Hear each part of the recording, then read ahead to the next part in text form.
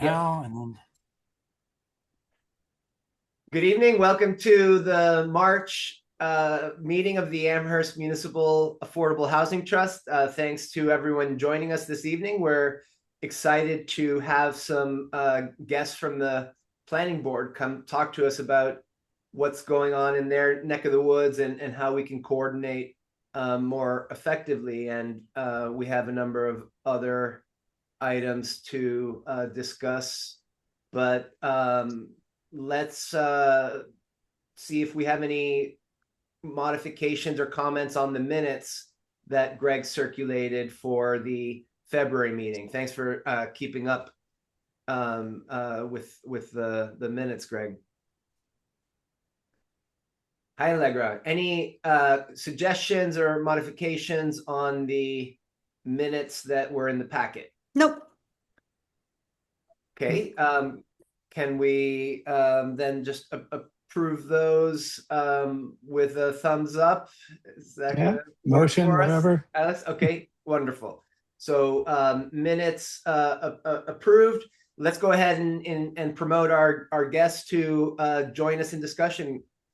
Sure. So I'm going to go ahead and welcome uh, Planning Board Chair Doug Slaughter is here, and my colleague and supervisor, Assistant Director of the Planning Department, Nate Malloy, who will hopefully both get.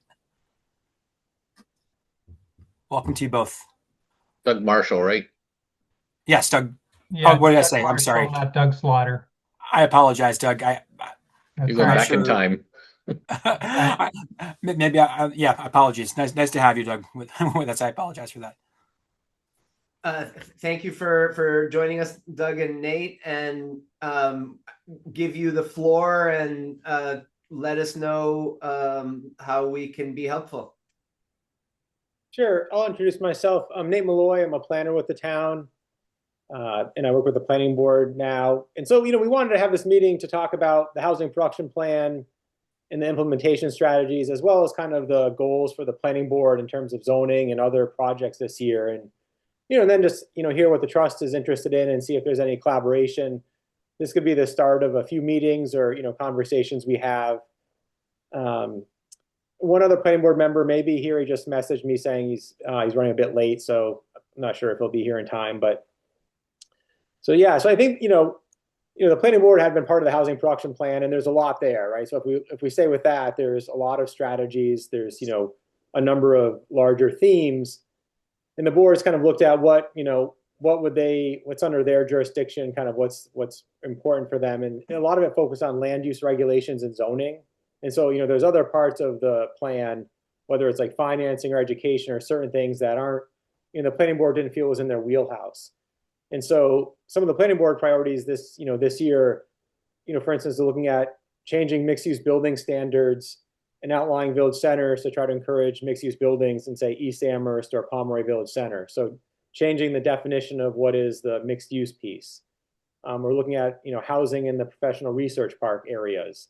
So could we change the zoning? There's a few different ways that could happen, but to allow different kinds of housing there and still allow the professional and research park areas.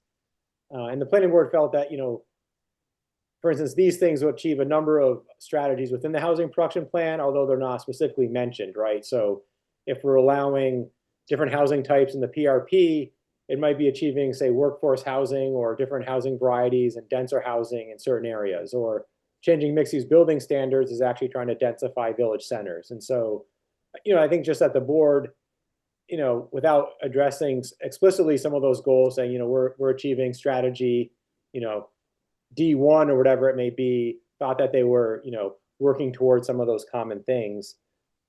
In terms of initiatives, we have a grant. The town received a community planning grant from the state, and we're providing a little extra money there to study East Amherst. So anywhere from the railroad tracks along College Street and Belchertown Road. The consultant will define the kind of focus area, but really that big area along the road in terms of what are some strategies to change zoning or regulations to densify the area, whether that be housing or commercial or, what is the focus there? So, a lot of the zoning has been in place for decades, the commercial zoning, a College Street, there's commercial uses there. So as the planning board discussed last week, we don't want to, disincentivize those, but is there a way to encourage some infill or redevelopment in that area? And so that's a study the planning board will be working with staff on and having a consultant on board, in the next 12 months to really come up with ideas to work on the East Village Center. And then there's the downtown design standards, which there was a rollout meeting last night. And Dotson and Flinker has been under contract with the town for quite a while now, and they've developed, a lot of material about downtown in terms of its existing conditions, visions for the future, and then different regulations in terms of design standards for both the public right-of-way and then for private development, actual, design standards for buildings. And the board will be a part of that in the next few months and really trying to, gauge the public comment and determine, how that moves forward. I think to implement the vision of those standards, it would be some pretty big zoning changes downtown. And so, as we've heard from the consultant, there's a lot of consensus around the vision and the idea for it. It's then kind of the details of what actually happens with those standards. And, does everyone agree that the standards meets the vision? So they had this working group of up to 40 people. I think probably around 20 came to meetings. They've met 8 times over a year and a half, anywhere from developers to property owners, different perspectives, residents. And so what I've heard is that the working group actually, they all like the vision and the design intent of each of the areas that the consultant came up with for downtown. It's really kind of those details. And so I think for the planning board and, for the trust, I think some of these things are, the idea is that in the end, it could create more housing, right? So whether or not it's, directly named in the housing production plan, the planning board sees some of these initiatives as really important as having, different areas, different types of housing. And so, there's even discussions about with some of the East Amherst and PRP, could inclusionary zoning be modified to have some units be at 120% AMI, so workforce housing. So in addition to what's already required, could there be, some additional units that are lowercase a affordable, maybe a local restriction, and could that pencil out with projects, if there's enough variety? And so, all these things are happening with the planning board this year. There's a few more things, but those are kind of the big priorities. And so, we'd like to get your ideas and hear what the trust has been looking at. I talked to Greg a lot, so I have some ideas, but it'd be great for Doug to hear. And then, like I said, maybe we'd have another meeting with the planning board. The other idea too is also to go to the Community Resources Committee, a subcommittee of town council, and just also hear what they have in mind. So what are their kind of priorities for this year in terms of housing? What have they taken from the housing production plan? And just see that everyone is, agrees and understands what, what the goals are and what people are doing. So there's, if there was overlap, we want to make sure we know what we're doing and are we missing anything? So are there pieces of the puzzle we haven't thought of yet that, we could get direction from, or, ideas we could hear? So. Great. Before we open the floor to our side here, Doug, do you want to make any introductory comments? No, I was going to rely on Nate actually. Okay. I'm here to answer any questions that I need to answer, but I suspect Nate is going to be capable for most of it. Okay. I will say, between the things that Nate has listed, we've got a fairly full agenda over the next year. If we meet some of the objectives he's encouraged us to adopt. So, we want to hear what you're doing and make sure we're not working at cross purposes. But I'm a little worried if you said, oh, we'd like the planning board to do 3 more things, that we might have a problem. Okay, yeah, I was thinking more, how can we help you? And I'll raise that question in a second. Greg, you all said you want to make a comment? Yeah, I mean, I just wanted to, draw some lines to some of the trust's work, and mindful that not all of us in the trust are zoning oriented necessarily, and but with some of the, for example, something like the cottage style or small subdivision type stuff, that might serve, some of the sort of missing middle ideas, that we've been talking about, and then, some of the other changes Nate was talking about really, if implemented would, create more viability for a lot of the developers that the trust might partner with. So that's kind of what we're talking about here. So when we densify, a downtown center, or when we perhaps relax a commercial retail obligation, what that could do is make the playing field more viable for housing developers. Some of whom might be partners with the trust. So that's kind of like the overarching kind of overlap. I just want to make sure that connection was made, because like some of the abbreviations and stuff get pretty thick pretty quickly. So I just wanted to name that. Okay. Yeah. Thank you, Greg. Allegra. Thank you guys for coming. I think I had a few questions. One would start with East Village, and if I'm thinking about the area correctly, that was an area where the trust had hoped for some time now that there would be a Wayfinders development going in. And I don't know how that complements the work that the planning board is doing in that area and where we are in terms of that development coming to fruition. I believe we heard that they had not gotten funding again this grant cycle. So I guess part of me is wondering, is there any plan to revisit that development, or is that something that the town is still trying to go forward with? So that was question one. Yeah, do you want me to answer as you ask? Sure. Yeah. The Wayfinders project, we're still partners with them, and we think that it would, it's a great project for that village center. So it's, reuse of the East Street School, plus a new building on the site, and then, a new apartment building across almost from the entrance of Colonial Village on Belchertown Road with 50 units. And so I think I think actually that project would be an example of why we could densify East Amherst. So I think the designs are really nice. And I think those would serve as great examples of why we could change the zoning and have 4 stories along the street. And so, in terms of that project actually happening, they're working on, becoming a priority for funding. And so, we're still working with them, right? So sometimes you have to get in the queue, and it takes a few times to get that funding. And maybe that you have to apply, 2 or 3 times. And so they're still working through it. I mean, the project's all permitted, the permit's in place for a number of years. The construction set drawings are basically, ready to go. And so the project is, at a point where once they have financing, it can move forward pretty quickly. And so we're still supportive of that project. Great.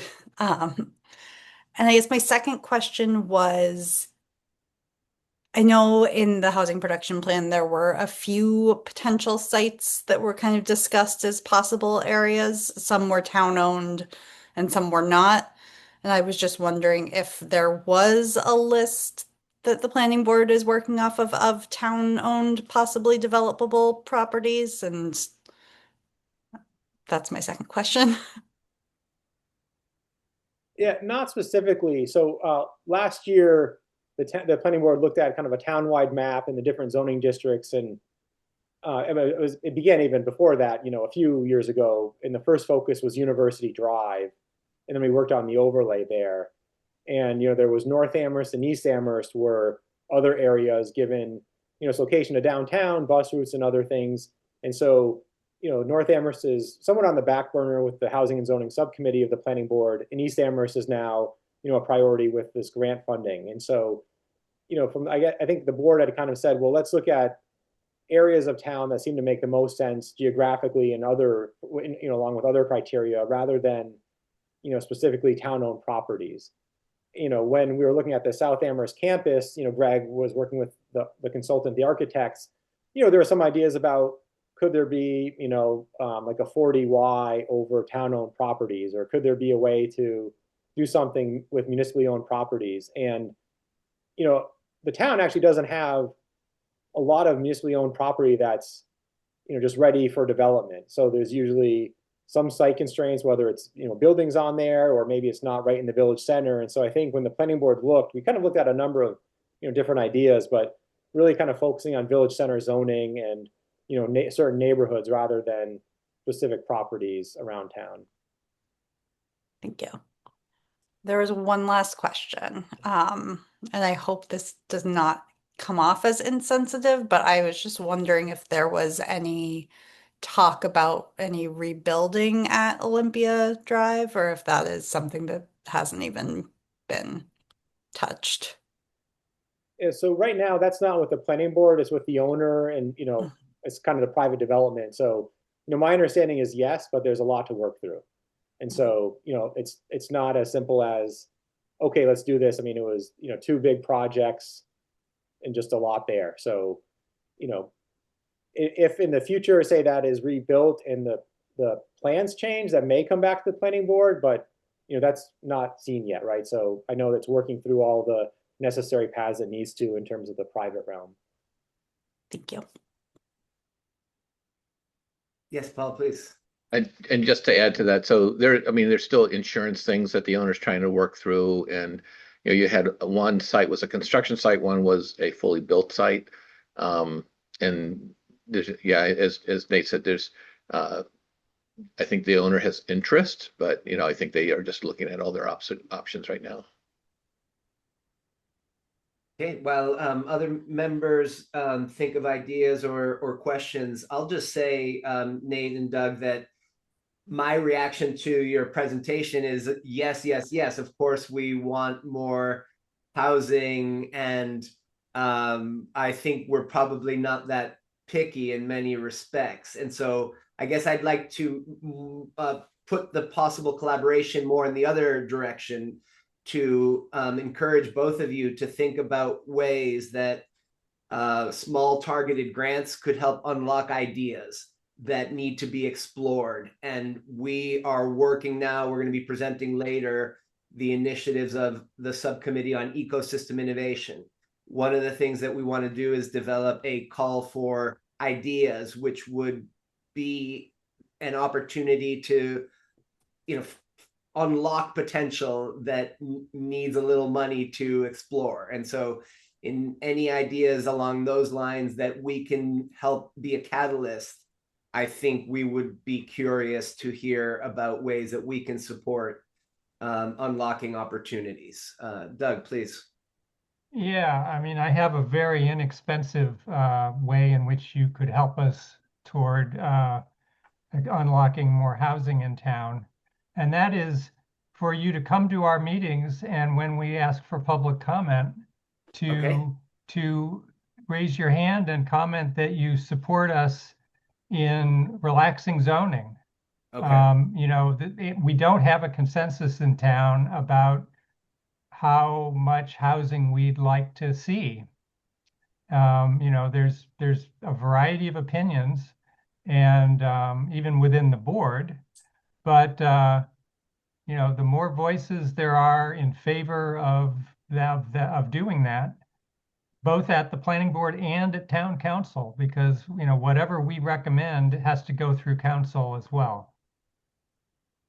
Thank you for raising that, Doug. We have this as a key part of our strategy to be promoting interactions with other parts of the town. We need to strengthen that muscle and think of ourselves as a squad that can triage who can go to these meetings. And so I want to, I guess, encourage Nate, Greg, Doug to give us the nudges that we might need to help make sure one of us is there.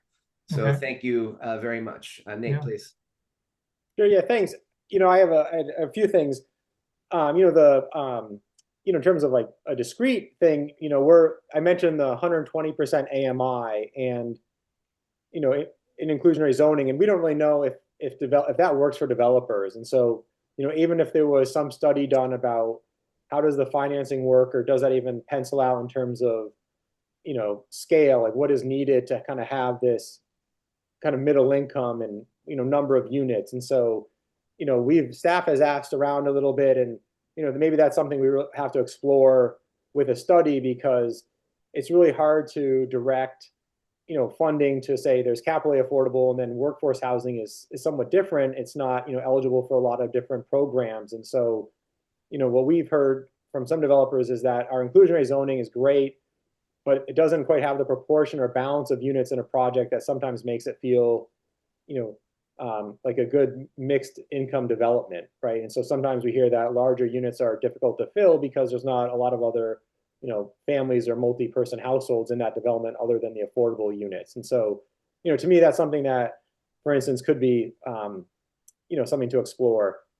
In terms of the outreach and education, the planning board's talked about getting letters to the editor about, say, why it's important to house students, for instance, or other topics. And I think, we, through Greg, Greg and I could share, like, would the trust be willing to even have some editorials or something, and would there be kind of a campaign just to discuss the importance of certain things, like even ADUs? So I know Greg's mentioned, the trust is keen on ADUs.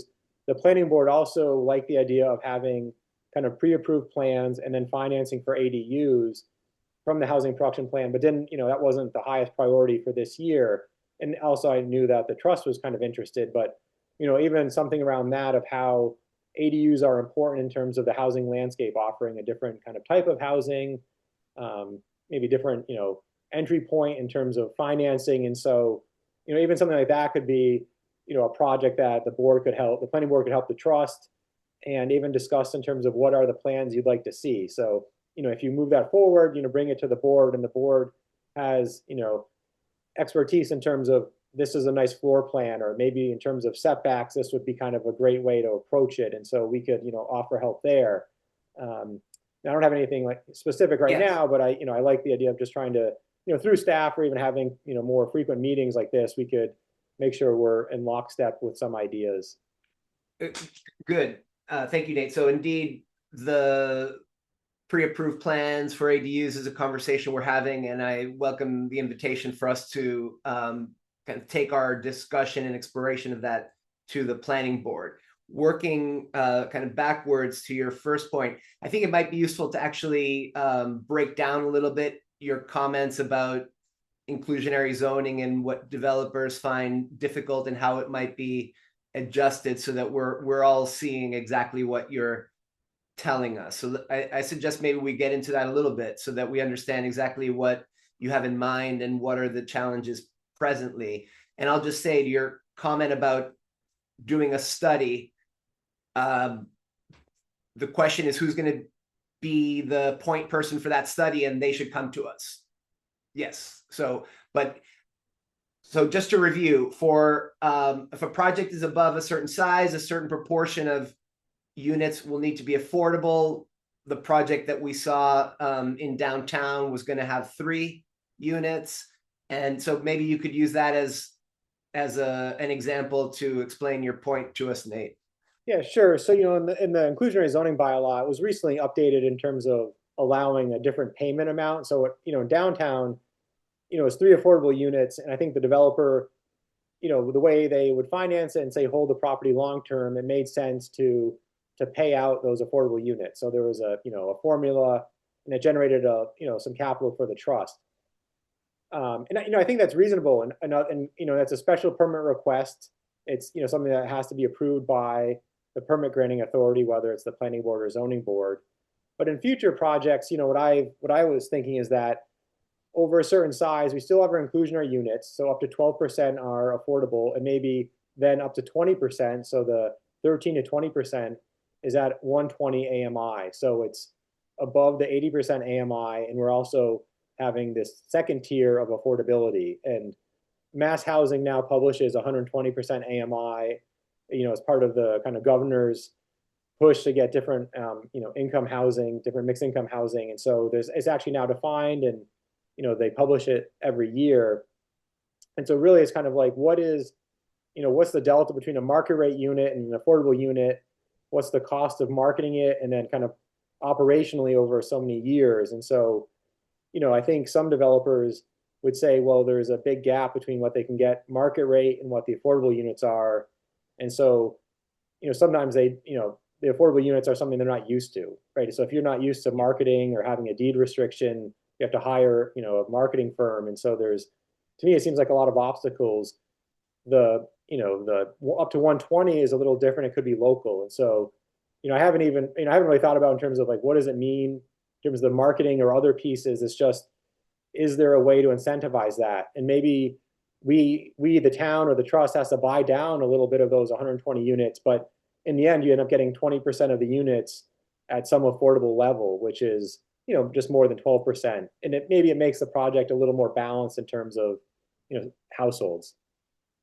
So again, Nate, if I can just try to translate back and make sure I'm following and so that we're all following, your thought is for some of these market rate developments, they don't really know how to do the deep affordability that the inclusionary zoning requires.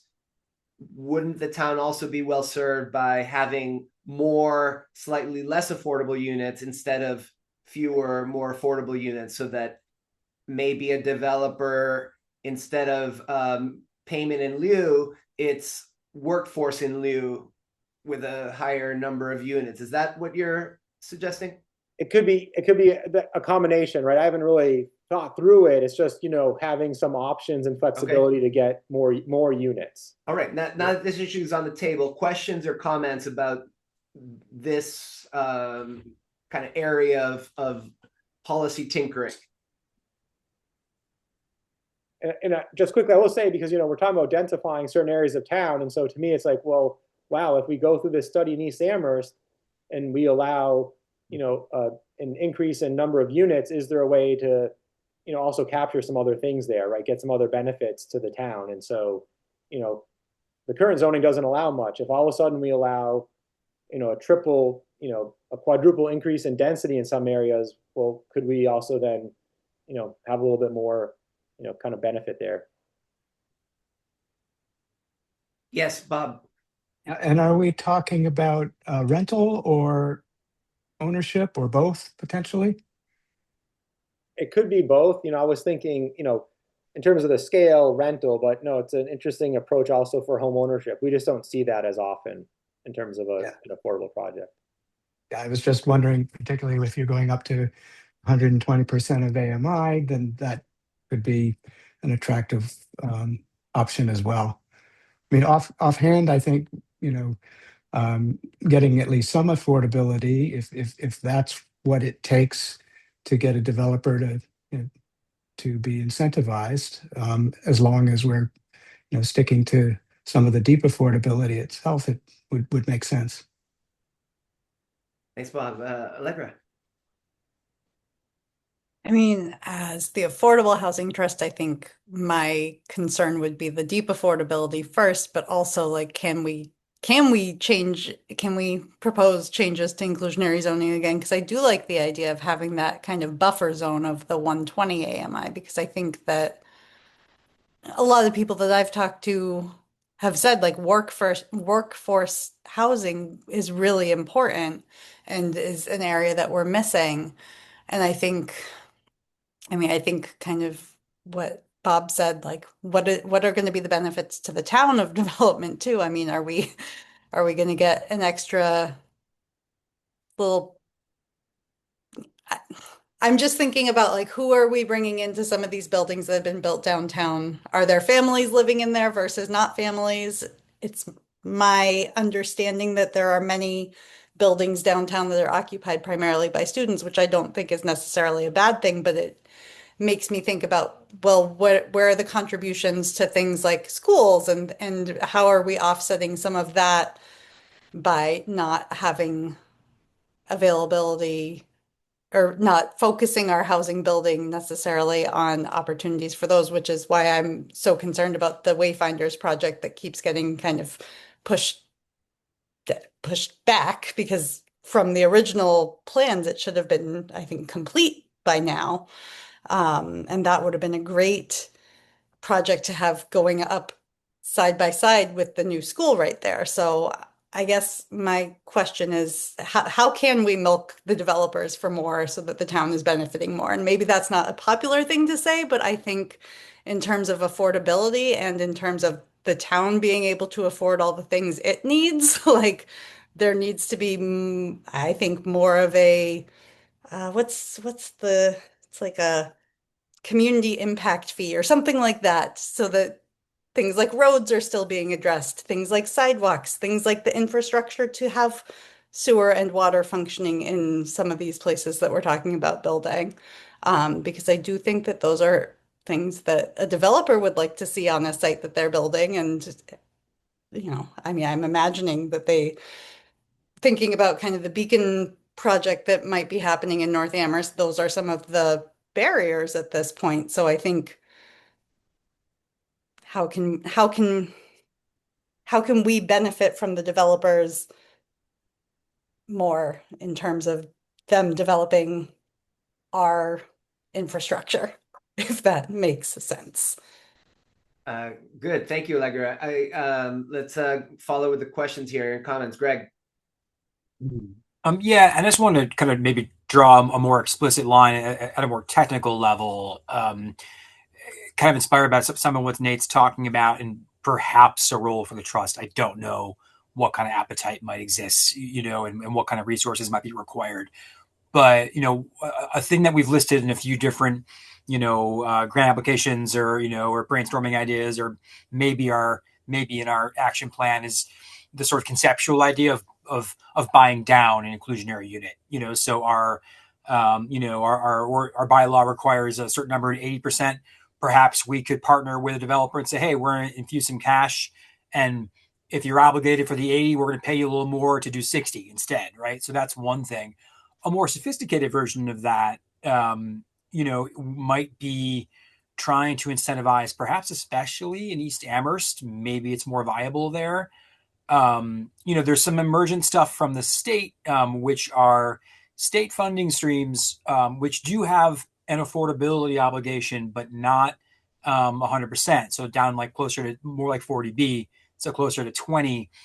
And they are, and so maybe there's a way to sort of, basically find a way to partner with one or two projects on a mixed income effort, see how it works, and perhaps that might in turn be a live learning opportunity that we could then build more formal policy on top of down the line.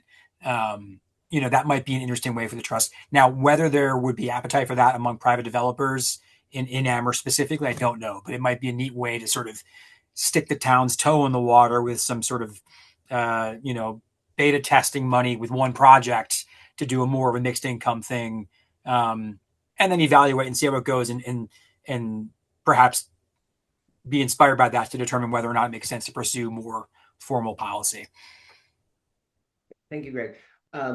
What I wanted to suggest to you, Doug, and Nate, is that the next developer that is opening the conversation about in lieu payments, that conversation could segue to the notion of smaller in lieu payments in lieu of some workforce housing in that project. And I suspect that the trust would be receptive to hearing your proposals on that front and why you think it makes sense. All right, thank you. Doug, do you had your hand up before? Well, I raised it briefly. I think it was in response. I was going to comment in response Allegra? to Allegra, yeah, and sort of on the subject of milking developers. The primary way the town milks developers is that they pay real estate taxes. And they're, some of the recent projects, I believe, have been pretty important to the town budget. Paul and maybe Nate could elaborate on that, but obviously the real estate taxes do contribute to our ability to keep up our infrastructure. So I just hope that we, keep that in mind. Yes. And then in terms of what can we extract more from developers? I think it's easy to look at what happens in town. It's hard to really get a feeling for what didn't happen in town. And, if there was a lot of milk to be extracted, I think we'd be seeing a lot more happening right now. The things that happen just because they are finally marginally able to break even or make money. They're or the zoning allows them, and planning board obviously focuses on the zoning. But it's just not, it's never clear how much, you know, whether additional affordable requirements in town actually reduce the number of projects that happen, or whether they have no effect. So Makes sense. I'll Paul? stop there. Okay. Yes, Paul. So I think it's really important to note, I mean, the town of Amherst is building a lot of housing, probably more than any other community in Western Massachusetts. And I think we have started to look into that, like, and it's mostly driven by the university, the presence of the university, because there is a market for it. So developers respond to markets. I think it's very frustrating that Wayfinders hasn't been able, it's a nonprofit developer, hasn't been able to get the state support to move those projects on Belchertown Road and East Street forward. Those, I think I agree with you, Allegra, 100%, because those would be, we wish they were coming online right as we build our new school, because that's really designed to support, to take advantage of that. I think the thing the planning board did and the council did, which was to create the overlay district for University Drive, that's a game changer. That's where people want to see development. You're seeing developers start to respond to that. The fires at Olympia Place were devastating. That took one building offline. It's not paying taxes anymore. That was $500,000, hundreds of thousands of dollars taxes that we don't have coming in. The other one was part of our new growth, and that's not there anymore. So losing those kinds of developments are devastating to our budget, and so we continue to look. When you look at what we're projecting for new growth this year, it's not as robust as it has been in the prior years, because we had a lot of development in the prior years, and it sort of has starting to wane a little bit. The development up in North Amherst is really exciting. It's 100% affordable. It's designed for both families and seniors, which is what we've identified as being a top priority, in addition to the workforce and missing middle. So I think there's still appetite in Amherst. There was a project in South Amherst that did not get through conservation that would have added significant new housing. And I know there's a lot of reasons for that. So, I think that the town is, while we say we want housing, and sometimes we don't. And so we're a little schizophrenic on that and what we communicate out to the developers. But I think our fundamentals are still really good. Our infrastructure is strong. The infrastructure of this body and the planning board and the council is very receptive and sort of pro building housing. We're oriented that way, and a lot of communities just aren't that way. So I think it's good to look back, but it's also, we have challenges ahead that we have to keep fighting. Okay, thanks for putting that together. Do we have any other questions or comments for Doug and Nate? Well, I'd really like to thank you for coming. We will be staying tuned for opportunities to be voices in support of affordable housing around town. Please think of us if you know that a study is needed to unlock some value, and we'll see what we can do. And I appreciate the spirit of collaboration. Sure, thanks. I would just like to say that I'd like to say by the end of April or early May, in the next 2 months, have representatives from the planning board and the trust meet with the CRC, and again have a similar conversation to understand what they've been looking at as they are getting into the year. So I think that would be important. And yeah, I think there were some good questions raised. Allegra, in terms of milking the developers, I agree. I think that Amherst has a strong market, and so I agree with Paul. We've been building a lot, and so we don't know, right, how much of a return inclusionary zoning is, because we still get development. Would we have gotten more if there wasn't? I don't know, but I think the market is still strong. That's why I'm suggesting maybe some tinkering, and it's okay if we tinker it again. And we did it last year, and we do it again this year. I think the idea would be to try to find a good approach and balance that. Maybe every 2 years we have to change something because the market's changed, and we want to get those kind of public benefits. And so I'm okay with doing that. And someone could say, "Oh, it seems silly that you're changing it so often." It's like, but we're trying to be responsive, and I think that's important. So, especially with inclusionary zoning. So, some of our zoning districts that the planning board is looking at in East Amherst have been in place for 60 years and have not changed much in 60 years.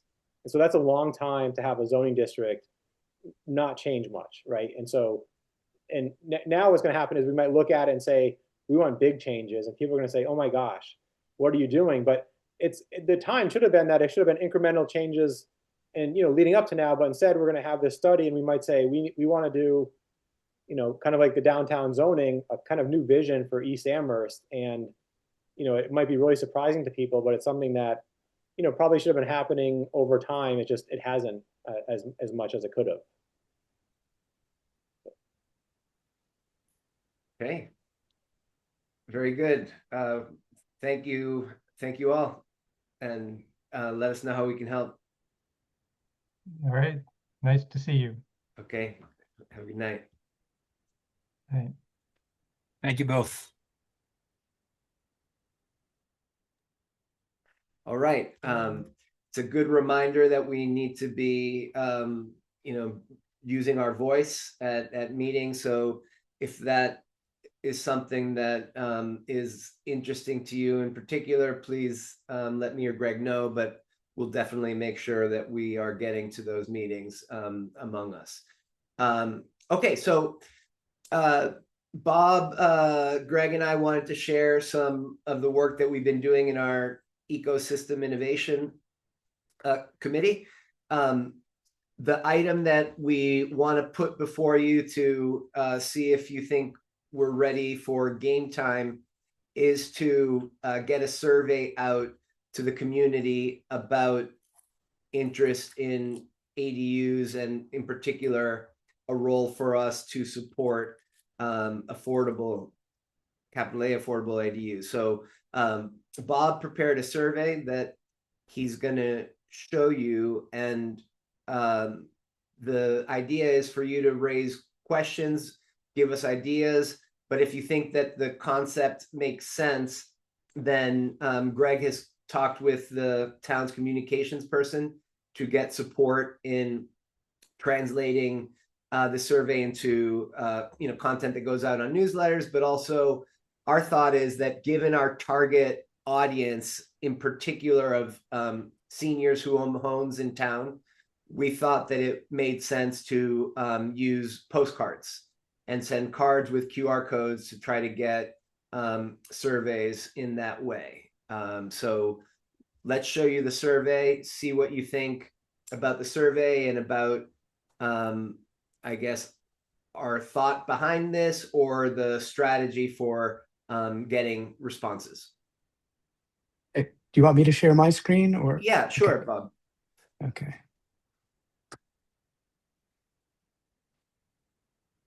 Okay. Can you see that? Yeah. Okay. So the survey that we have, you know, has a little bit of a preamble here, which we can shorten, but essentially, you know, who we are, and take a few seconds if you want to read through that.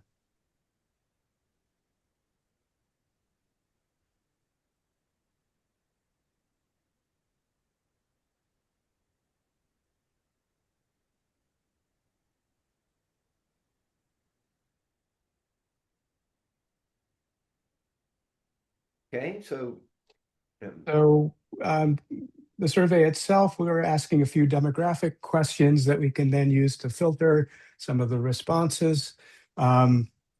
Just go through these fairly quickly. Amherst resident, how long have you been in Amherst?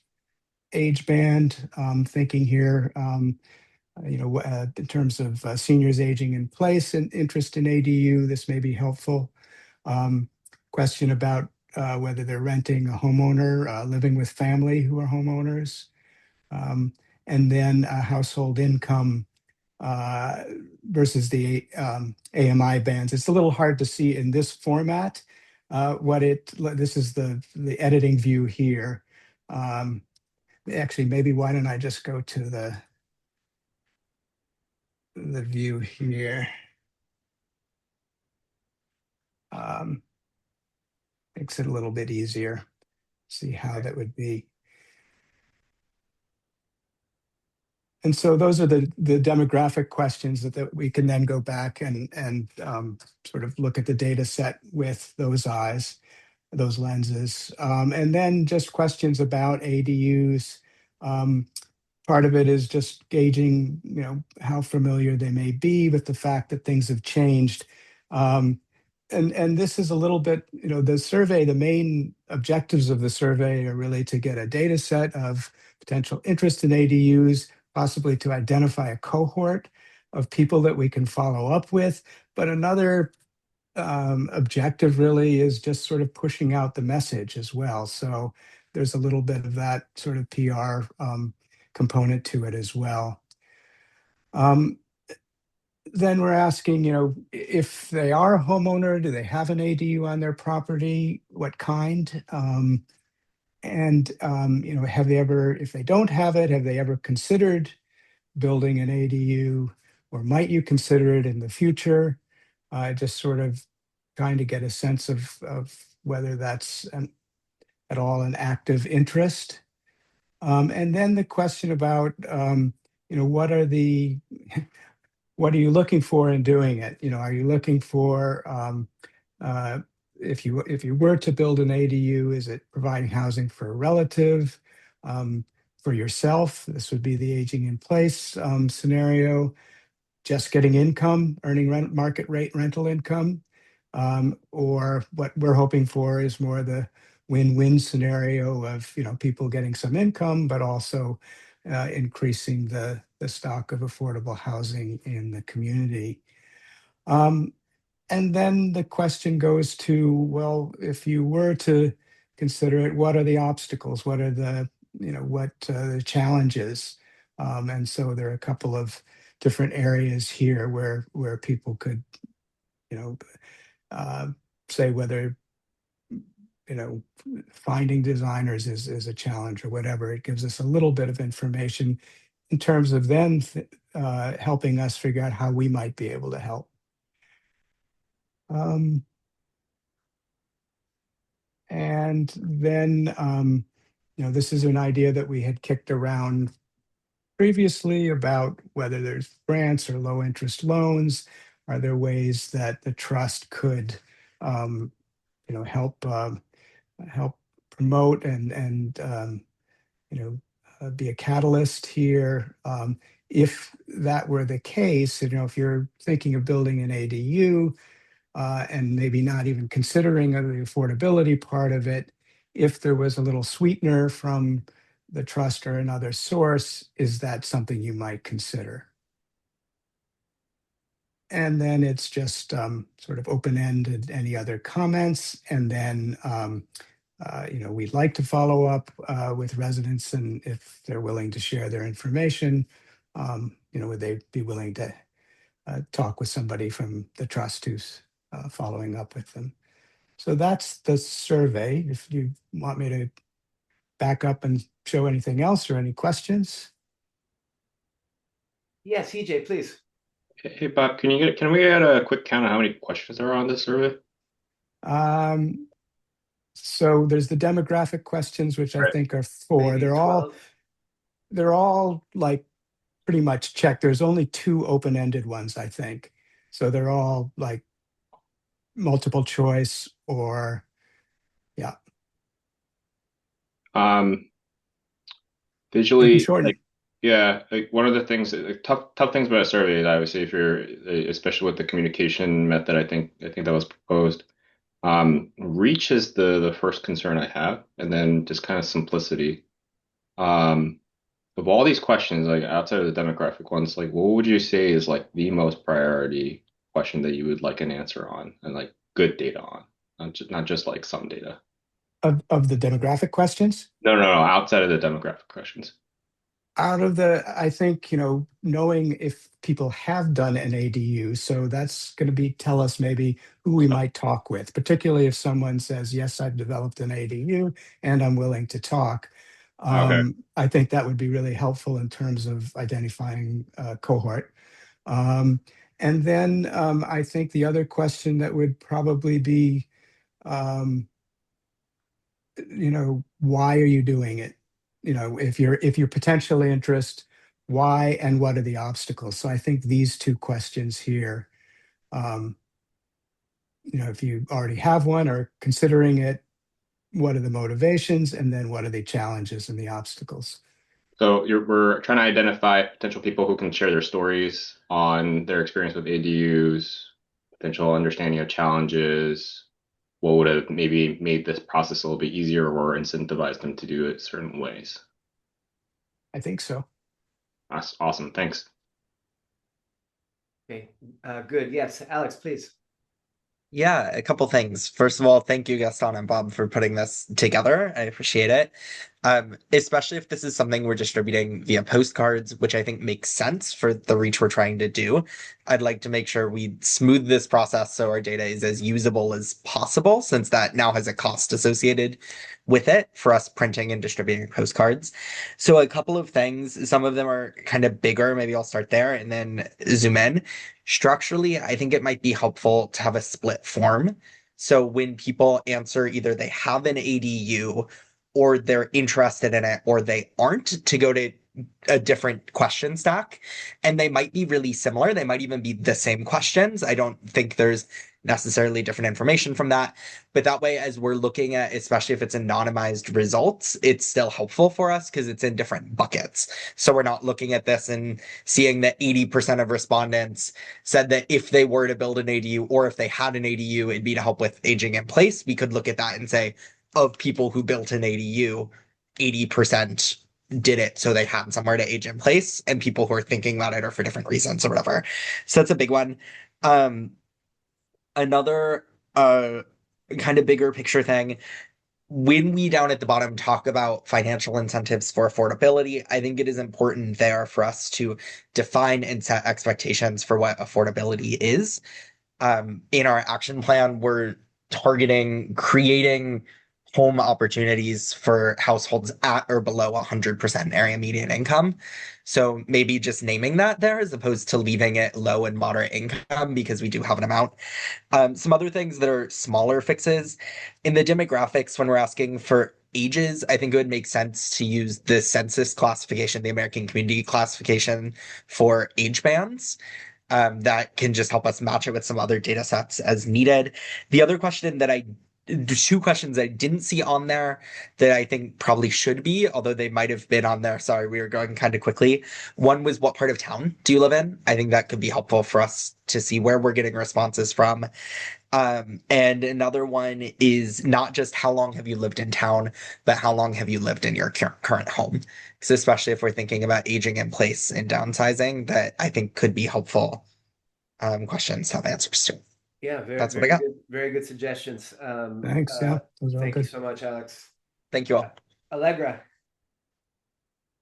Well, I'm feeling a little bit pulled in two directions now because I feel like EJ was like, maybe there's too many questions, and now Alex is like, let's split it out into both. And I find some good qualities of both of those things. I do think having it be able to split and aggregate in like you own one already versus you don't would be helpful. One thing I would say about the postcard is I think it should have a QR code and like a And written out link, because I've yes, had interactions with some seniors in town who were like, I don't know what to do with this. It's a QR code. I don't Yeah. know what that means. Like Yeah. now I have to go get a piece of technology to scan the thing. And then so I would say Yes. if there's a way to either have Have a there is. short URL. And Yeah, like we a can tiny get a URL link would be that's great. easy, that's a word. Yes, we'll get a good link. Thank you for reminding us about that. Yes. And then I do wonder too if some sort of paper version of it would be helpful for a place like the senior center, or a place where like maybe the survival center, a place where people are in person more regularly and might be able to sit and fill something out with somebody, or if there's an outreach component that maybe, I don't know, this, I'm making things up now, but like if we had a town iPad that we could take to there for like a certain set period of time, and if people wanted to sit with us and fill it out or something to increase accessibility. Those were just a few ideas. Otherwise, I think it looks really good. And I do like some of Alex's suggestions in terms of categories and additional questions, if we go in the additional question versus less question route. Very good comments, Allegra. And indeed, Greg's got a call out to the senior communications team to figure out how to do that right. Thank you. Carla. I think these are kind of very general comments. Well, first, thank you, of course, for the hard work. And I like all the different pieces that were covered with the questions. And just just a reminder to go through and kind of maybe even run it through, like to check what the reading level is, because it seems some of the questions are pretty high level.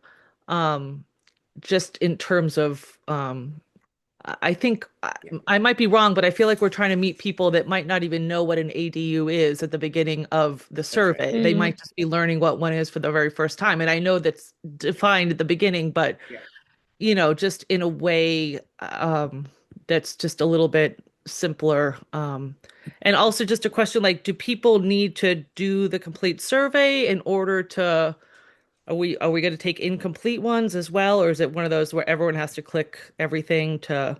I mean, I don't know what the best thing would be, but just if someone wants to answer some questions that mean something to them, but then, are we valuing like the number of responses, I guess, versus like we want to get every response for every question from everyone? I'm just thinking that might limit people but just a question, that's all. Yeah, Bob, what did you have in mind? I think that the default is that you don't have to answer everything and you can submit. Yeah, generally speaking, I think the demographic questions you have to answer because that's how we can filter. And then the other, and with Alex's idea, like if we do split the stream there, that'll sort of change, how many are required questions and how many are not. But certainly not every question I think needs to be answered. I think I have no idea how many responses we might actually get. But I suspect it's not going to be a huge number, and it's really going to be sort of going into each response, hopefully getting some people who are willing to talk and more qualitative than a mass quantitative analysis of we've got, I don't know, 200 responses. I would guess it would be fewer than 50, but who knows? We'll see. DJ. Yeah, and I might have forgotten to thank you for bringing this topic and working on it. I think kind of touching on what Carla was saying, and I think was touched upon a little bit. And this is like my personal opinion in surveys like you're asking for someone to volunteer their time and effort to really understand the question and answer it in a way that we hopefully receive it and can do something with it. And so I think just kind of re-emphasizing like really the questions cannot be complex. They have to be relatable. They have to be understandable right away. Like every single time I see us repeating AMI does not translate to most of the populace, especially I fear the populace that you're trying to target. So when we're talking about money, actually put a number there if we can, even if it doesn't really like it's not the number that we're going to end up with. Just something to like people understand. Like we're saying, okay, if there's 10K on the table in terms of grants, is that altering your incentive structure and things like that? That to me is where like tactically you could potentially think about like how to engage on some of those questions. Mm. And if we can simplify the survey to have a very like purposeful like output and do maybe multiple of these over time, it could be better in terms of the just kind of dealing with the data that we hopefully get in return. And then the other thing is just I think outreach is really important in this situation. If you have a specific target audience in mind, like going to the city senior community center and talking for an hour with a group of 5 people might actually be better for some of the objectives that you might have more than this survey. So maybe that's a way to reduce down on the burden of the survey versus like the total amount of information you want to get. Just off the cuff stuff that I'm thinking of right now. Yeah, these points are all very well taken. So, Bob, do you want to ask a question back to folks, because you've been taking notes and processing and thinking about how to implement the comments? Yeah, no, I think they're really helpful comments. I think I'm gonna have to sort of play with things, but the points about making sure the language is simple, direct, avoiding acronyms that will challenge people is really well taken. The structure of it, trying to do that split. I think it's just looking at the structure of that. I think and have a little time to play with that and come back and go Well, from there. good. I mean, so I guess the question, the policy question is, any concerns about cleaning up this survey and trying to start getting it out there?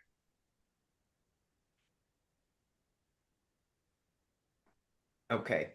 I just want to give you a anticipate the other project we've been working on. I want to limit what we cover today, but we are trying to create a so-called call for ideas that that we could roll out, and I'm gonna roll through a draft now, not to go into it. We still need to work on it a little more, but so you have a sense of what it is that we're working on, and we'll be bringing back to you in a month. And maybe this will give you a chance to ask us a question or make a comment now about what it is we're trying to get right. So we looked and saw that a number of trusts in the state have been putting out calls for smaller ticket items, and are tying them to affordability in various ways, either deeded properties or based on income of the resident or tenant. In any case, we want to, as I was commenting to Doug and Nate when they were here, we would like to see how we can use small amounts of money to unlock big potential. And so our thought is that formalizing a call might help us get the kinds of proposals that would be exciting for us to consider. And so again, we're not ready to present and explain, but wanted to tell you this is coming in case anybody has ideas or comments at this preliminary stage.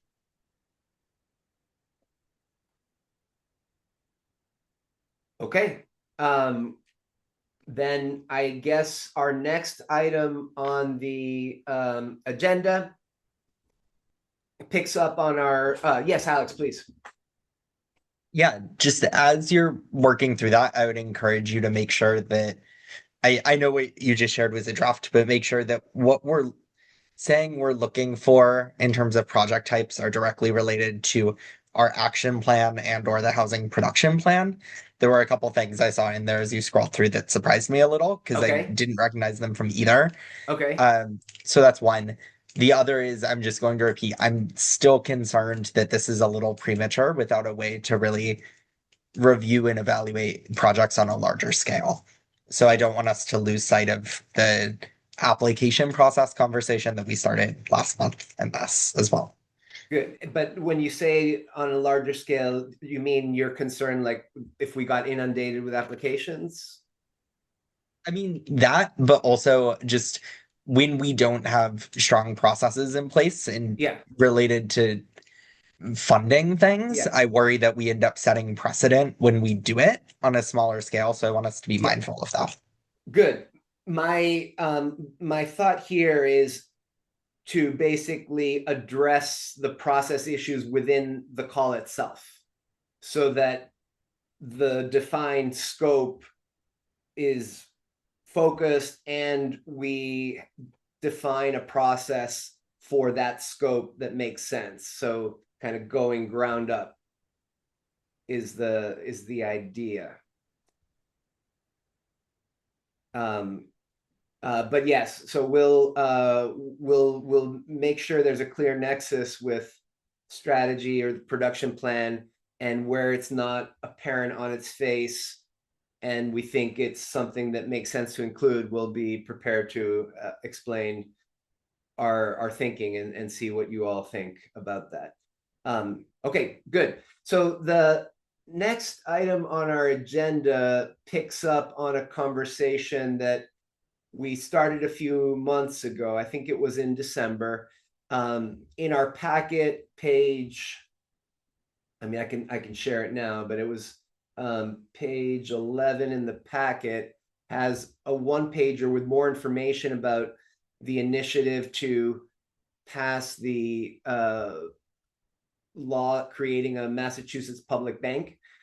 The conversation that we had last month was to institute a process for endorsements.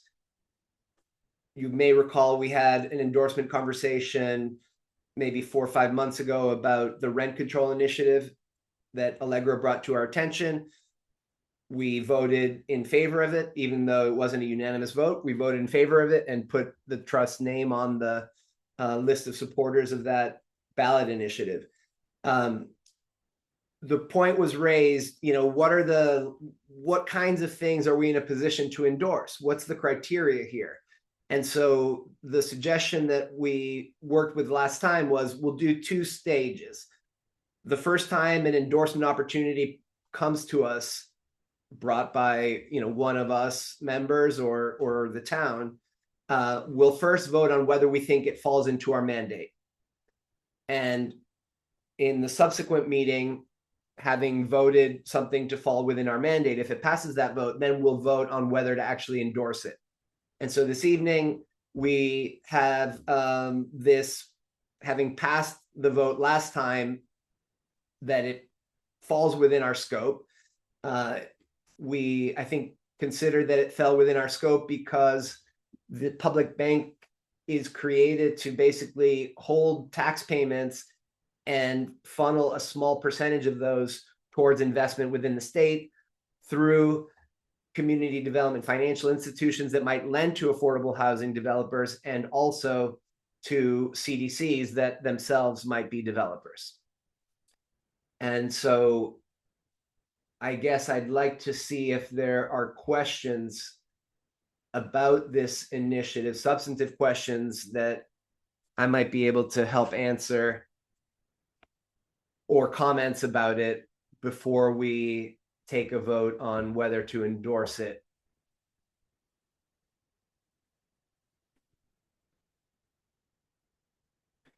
So for example, again, this is intended to create loan opportunities for community development financial institutions. Currently, the ACLT is talking to a CDFI in Boston that is exploring whether to be a lender to the project. And so this is how this public banking law would potentially have an impact on affordable housing, or it might be funding directly to a CDC that is a developer like Valley CDC. Yes, Carla. Well, to be quite frank, I'm not the nuances of this kind of thing is not really my field. So when I was kind of thinking about it, I was I mean, to make it very simple, probably as simple as I can understand, it's like, would the presence of public banks, is that going to help, increase the likelihood of affordable housing or not? So that's kind of the way I'm looking at it, just to be completely honest, because I don't come from the world of finance and really understand it, to be honest. Well, public banks are not understood well at all because there's only one in the whole country in North Dakota. But just like that's what I'm saying. For me, that's the way I'm looking at it, and that's why I think it's a reasonable thing. But not only support, but that makes sense. Yeah. Okay. Good. Thank you, Carla. Yeah. The idea is, when we pay taxes, that money doesn't get spent right away. And currently it's going to, mostly New York banks. the idea would be to take a percentage of tax receipts and put them in this public bank for these purposes. Paul, please. Yeah, I love the concept of it. I'm curious if we know what our, the advocacy groups statewide, like Mass Housing Partnership and other sort of nonprofits, feel about this, if they're supporting it or if they weighed in at all. Yeah, my suspicion, Paul, is that they haven't gotten to them yet. So the public banking initiative is working on strengthening its communication strategy and its political strategy. And so I don't know, I don't have the answer to your question, and I suspect they may not have gotten to them yet. Bob. Yeah, so I did read the bill as well, and overall, I'm in favor of the idea. I like the idea very much. My two concerns are, one, if it fails, that does have an impact on the state, and all of us eventually. The other one is on the conflict of interest. So there's the board of directors, I believe it is, and that has strong, appointed by the governor and the treasurer, and that has strong conflict of interest protections to it. There's also a board of advisors, which I think is 18 people, and in that case, the conflict of interest, they're protected, are, they can't have a conflict of interest with a relative, but they can with a business interest. So unlike the directors who can't, any loan that goes out or whatever can't have any connection to a relative or a business interest of that director. In the case of the board of advisors, it's only relatives. I just sort of say that's my only hesitation about it. Okay. Presumably that the board of directors is the more important body, or trustees, I forget what they're called, more important body, and there would be those kinds of protections, but. It's a good observation. Thank you for looking at the law carefully, and it's a comment I can share with the steering committee. So, do we feel we are in a position to vote on this? And I am open to comments saying that no. I mean, I want to make sure that we feel comfortable with the vote, a vote to endorse this. So do we have a motion to endorse the Massachusetts Public Bank for? I'll move to endorse as the Affordable Housing Trust, the Massachusetts Public Bank for CDFIs and affordable housing. Okay. Do we have a second? I'll second. Okay. So let's have a vote. Carla? Aye. Allegra? Aye. Paul? Yes. EJ? Aye. Bob? Aye. And I vote in favor. So the vote unanimously passes. Thank you for considering it, and I'm sure they'll be thrilled to hear. They're excited about the potential for Affordable Housing Trust to create more of a bottom-up movement for this initiative. So thank you for openness. Wait, Alex, I missed you you disappeared in my line. Alex, sorry. Ironically, I was actually going to abstain anyway, so okay, your record remains untarnished. Okay, yeah, my sequence got off. So you're with one abstention. Vote passes with one abstention. Do you want to make a comment about the abstention just to shape future policy? Yeah, I think it's an intriguing idea. I still feel like I don't have enough in front of me to really react to. Community development corporations can do a lot of different things, most of them very, very positive in my view, but not all of them directly tied to our action plan and our goals. Okay. Thank you for your explanation and comment. Next up, we have member research, and Greg, do you want to take the lead coordinating this discussion?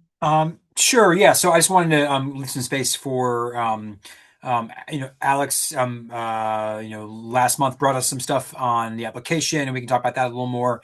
And I know HJ was doing some analysis as well around, I think to start, just some basic cost per unit stuff.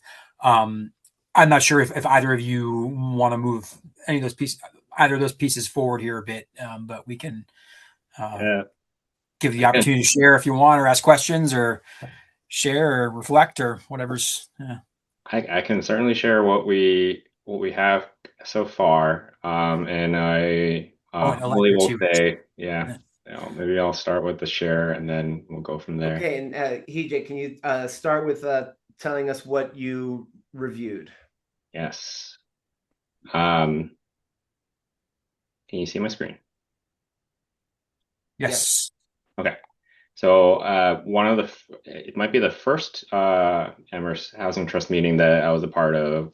Greg had prepared a very similar spreadsheet like this, where we're trying to understand really what are our investments, and then as you can see, we're really trying to understand like some sort of metric to understand like what do the typical investments look like, at least from a normalized perspective. So the metric that we use is trust dollars per unit in this spreadsheet.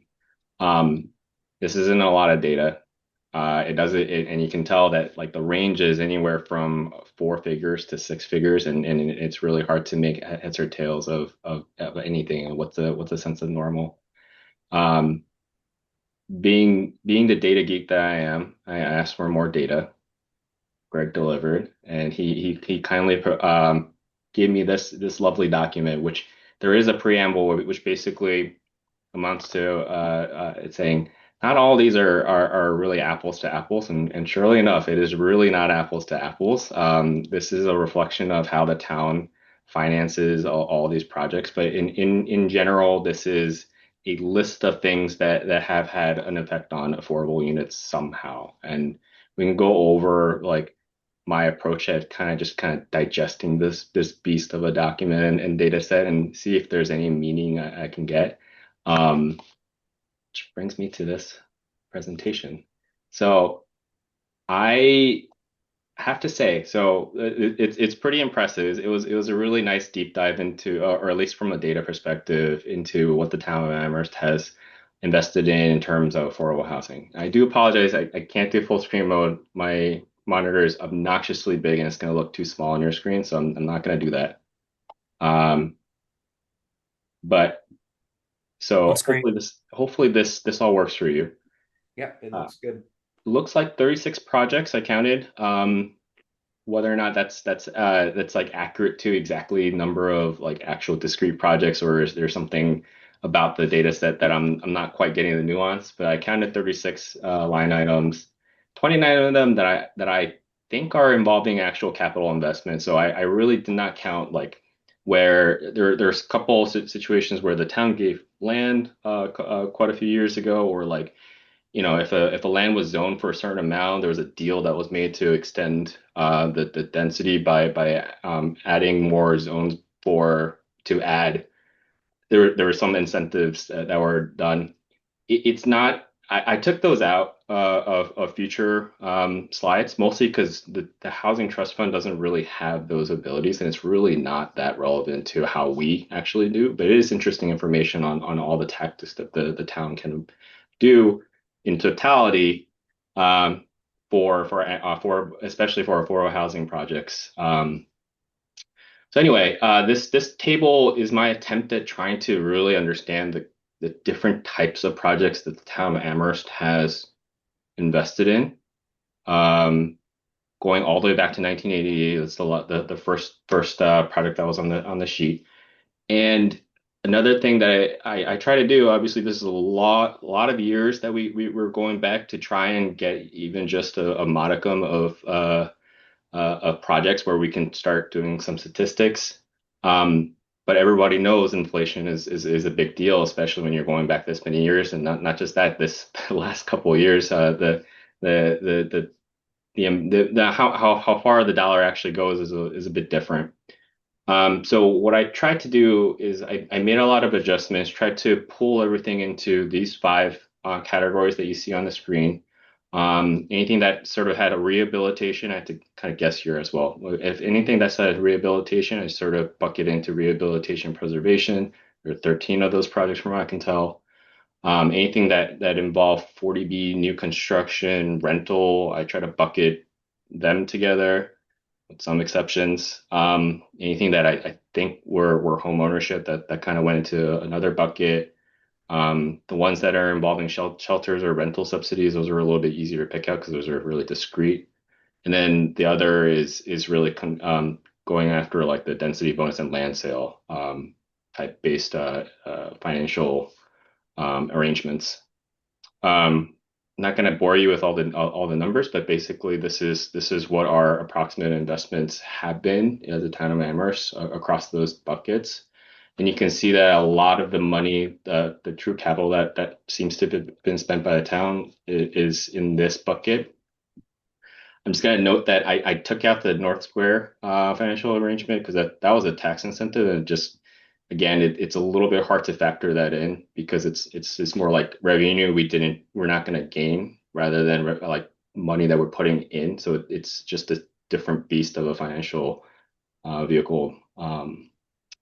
A little caveat that I might have misinterpreted what the project's work. I just have that Word document to go off of and not a lot of time to really interpret the project. So just bear with me if I made any mistakes. But I'm gonna pause right there to see if there's any questions on this table alone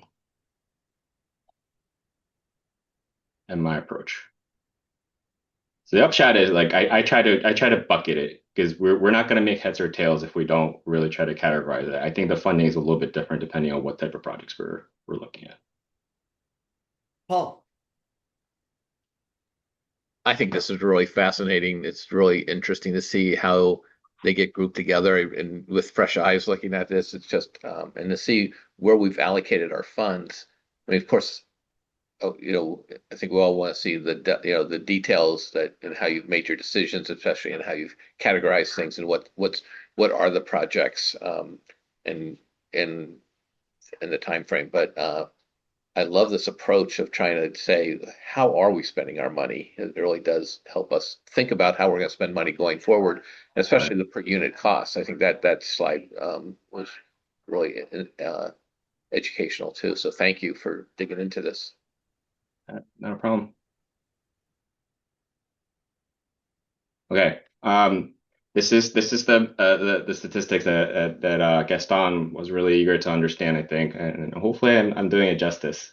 So I took the three categories among these and tried to really understand what was the median per unit cost. And it looks like when we're dealing with the rental project, of course, taking out the North Square because that really blew up the statistics. It's a true outlier for how it was arranged.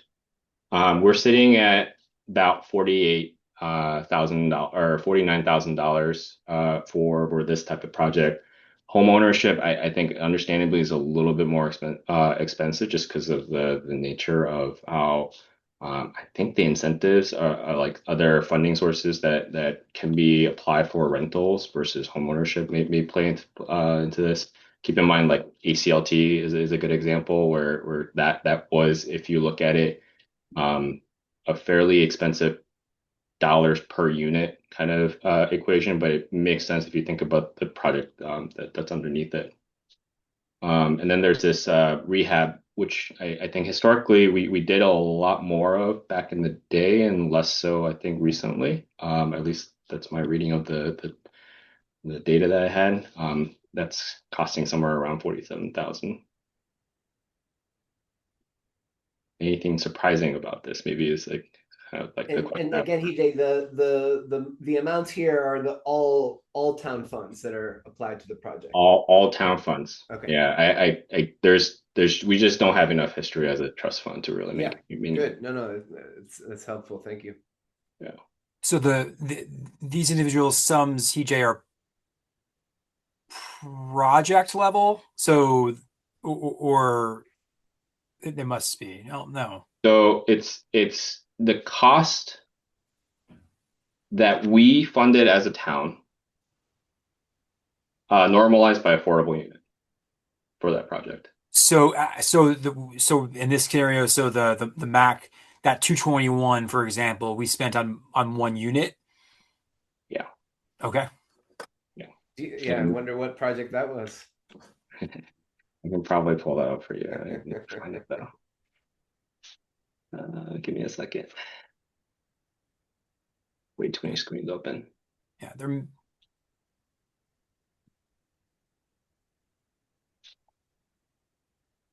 I know I'm not sharing my screen. I apologize. This is kind of hard to manage. Oh my goodness. Yes, Allegra. So I guess I think this is an interesting way to look at it, but I'm also having a little bit of a hard time with my brain thinking about like a project versus the number of units because like, for example, the Amity Street homeownership is 5 units versus like 30 over at the other one. That's Amherst Community Homes, that one. That's the thing. Yeah, that's a great question, and I think it kind of speaks to how diverse these projects really get, more so than just kind of like fixating on the number itself. Like they are just different. Right. It's so the question about which one was 221. So the adjusted number. So this was the Hawthorne Farm Habitat for Humanity project, from what I can understand, in 2013. It was an actual town nominal investment of $320,000. It was listed as only having 2 units for that. So that's why that number is so high. Okay. Yeah, no, it's very helpful to have that perspective. Yeah. And yeah, so I mean those median numbers are very instructive, I guess I would say, and that median is, I guess, close to where we came out on ACLT. Yeah, for ACLT, 3 units, 300K, so it's about 100K per affordable unit, or exactly. And so Beacon is looking at 150 units. So if we just looked at that median, that's 750 grand. Which one is Beacon? Beacon is the new project that wants to go up in North Amherst with 150 units. Oh, okay. Affordable senior. Okay. And so I'm just trying to put in perspective the kind of money that they're looking for is Right. actually multiples of that. Yeah. It's from my understanding. Yeah.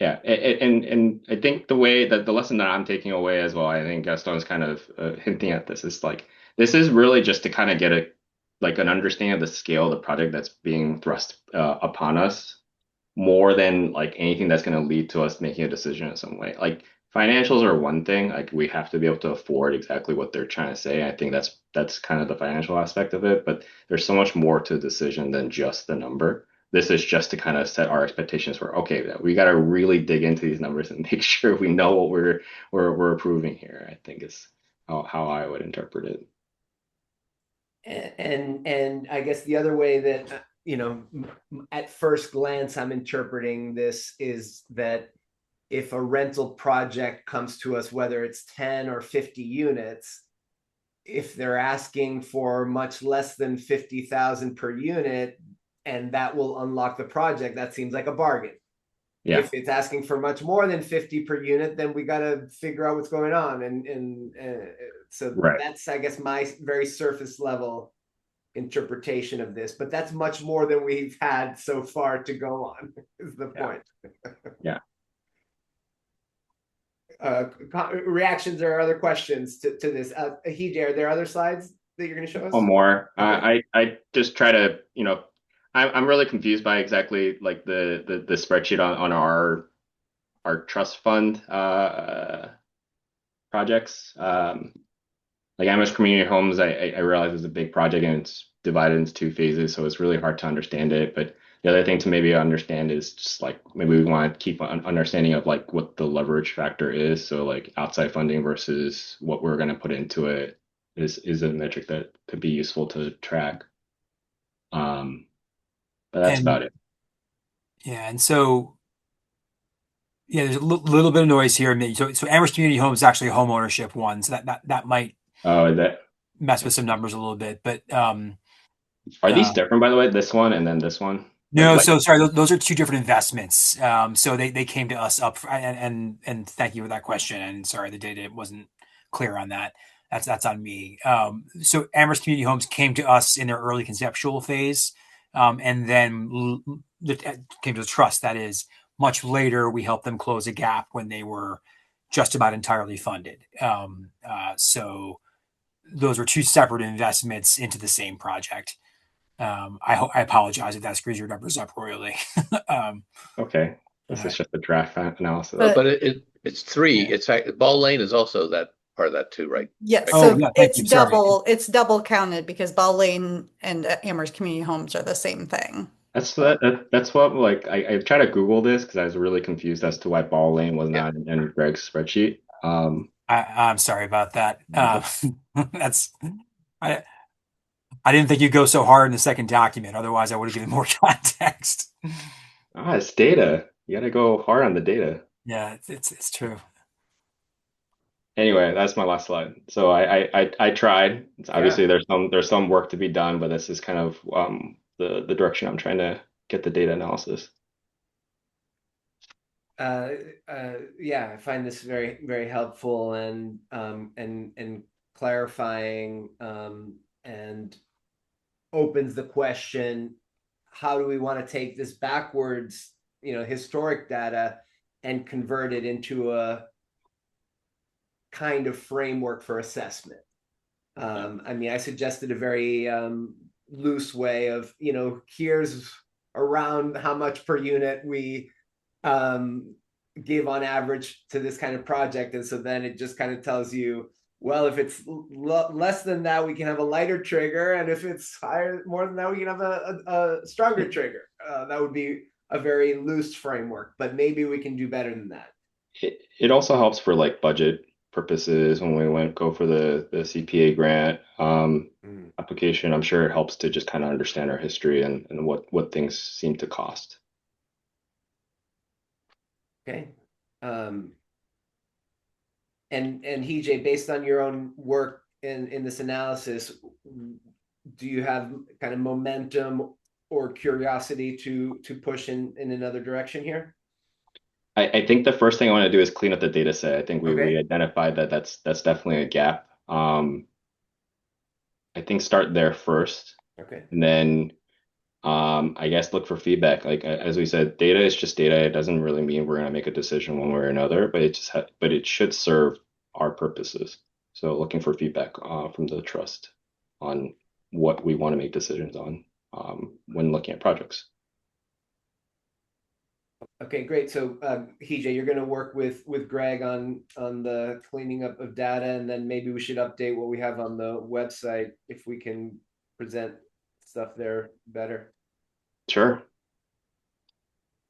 Okay. PJ, thank you so much. I mean, the thing that I wanted to just add, if I could, is just even zooming out from the numbers. I think the rigor, the sort of discipline to like make buckets is super helpful. I think and translates in all kinds of directions in a healthy way into our work. Like just clear categorization of of what are we looking at, because I think it's very easy to sort of treat every single thing we do as special and unique, and sometimes that approach is valuable, but forcing ourselves to like ask like what does this qualify as, can be, I think, really helpful. So thank you for that front end lesson as well. Okay. And what are we talking about next then? Alex, I was going to see if you have more on application stuff, or should we hold on that for now, or do you have midterms right now?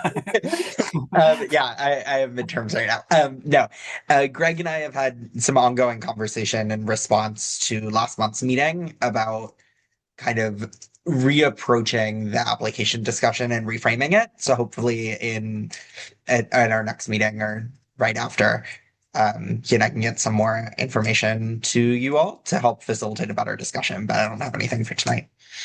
Okay. Thank you. Thank you so much, Alex. Thank you, Greg, for shepherding these processes. So then I think we're getting towards the end of our agenda here. What updates do you have to share with us, Greg? I will just note at Gaston's suggestion, in a recent town manager's report, so thank you, Paul, there is an overview of the 40B process, which is what Beacon would pursue if they were to sort of formally go forward with their project. And there's been public questions out there about what are the junctures for input, et cetera. And so that's detailed in your packet, but the short answer is they have not sort of filed a project in a formal way. Should they go forward and do that, that's detailed. That sort of extended process is detailed, but there's lots of opportunity for public participation, including the sort of the front end of that process. Is that basically that they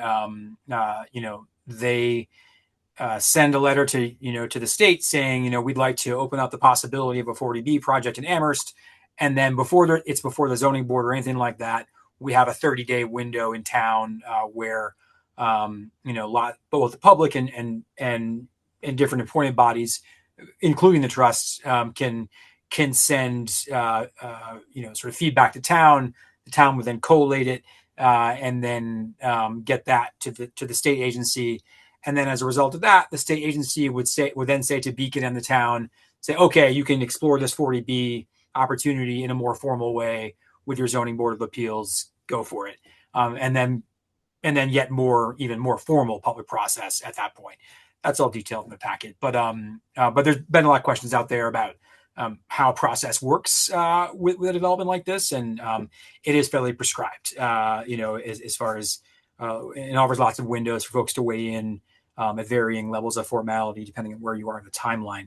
So that's kind of my update there for the possible Beacon effort in North Amherst.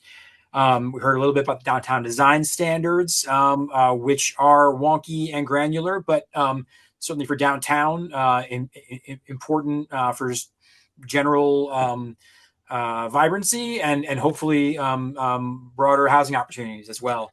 And then just a quick update on Amherst Community Land Trust, which we have funded. I believe I've announced in this space that they also were recommended to receive funding by the Community Preservation Committee in their full amount requested.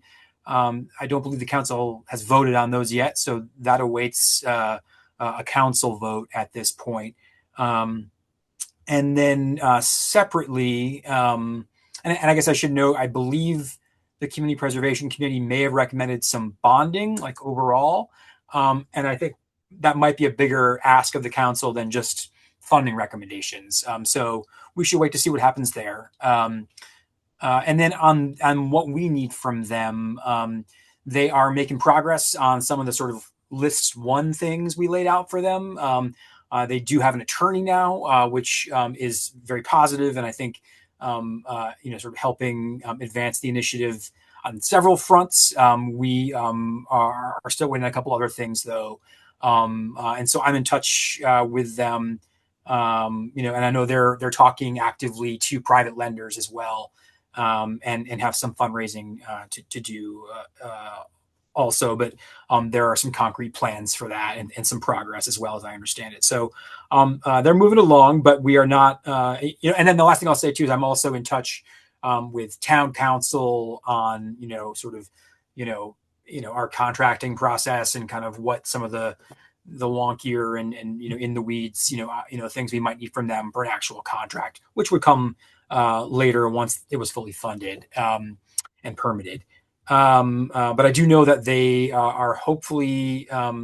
I think they intend to be before the Conservation Commission fairly soon, is my understanding. So they are beginning a public process as well. When there are dates for that, I will alert this group. I think that's sort of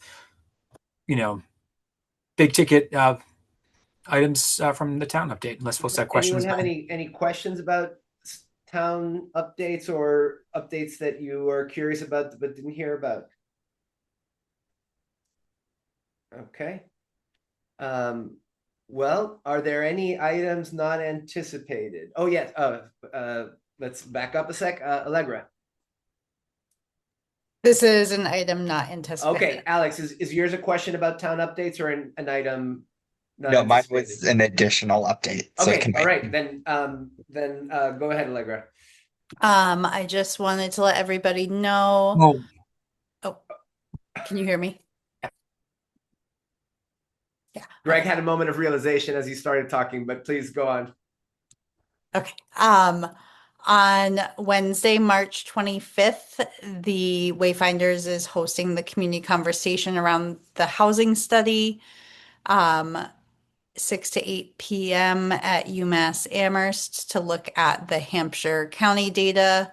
And I can send around the flyer that they sent me. It's open to the public. Anyone's welcome to attend. And it doesn't say in the body of the email where it is, so it will be at the Old Chapel at UMass, 144 Hicks Way. Allegra, if when you send that to Greg, if you copy me, I will forward it on to the the affordable housing mailing list that we have. Perfect. Alex. Yeah. Something that might be of note to folks, if you all haven't been following, a fairly major, potentially major housing bill just passed the Senate, I think today or yesterday. It's going back to the House, from my understanding, because there's some inconsistencies between the House and Senate version, and then we'll go for a signature. But it actually had a lot of support from all parties in Congress, which is unusual in this administration, but it expands and changes applicability of some grant funding on the surface and also has some restrictions around owner occupancy for some grants. I think still some questions around that as stuff shakes out between the two versions, but it might be worth keeping an eye on.